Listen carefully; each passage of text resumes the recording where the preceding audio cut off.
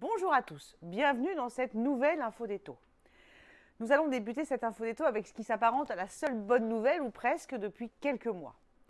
En effet, le taux d'usure, ce fameux taux légal maximum tout compris, qui bloquait depuis plusieurs mois de nombreux dossiers, pourtant parfaitement finançables, va désormais être révisé mensuellement et non plus trimestriellement.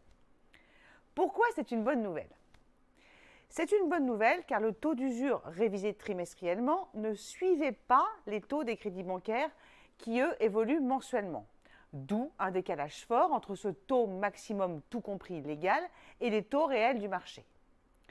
Il est important d'insister sur ce taux maximum légal, car cela signifie qu'il ne doit sous aucun prétexte être dépassé par les banques. Pour illustrer cela, je vais vous donner un exemple très clair. En février, les taux des banques sont à nouveau en hausse, des hausses de l'ordre de 0,10% en moyenne. Les taux se situent donc pour les durées 20-25 ans entre 2,70 et 3%. Le nouveau taux d'usure est fixé à 3,79 sur ces durées. Cela signifie, si nous prenons un taux de 2,70, que la marge pour introduire l'assurance emprunteur, la garantie et les frais est comprise entre 2,70 et 3,79, soit 109 points de base.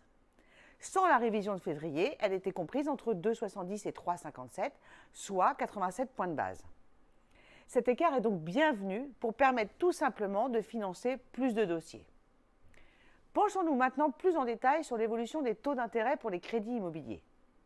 Les barèmes que nous avons reçus en février de la part de nos partenaires bancaires varient en moyenne de 2,40 sur 7 ans à 3,05 sur 25 ans.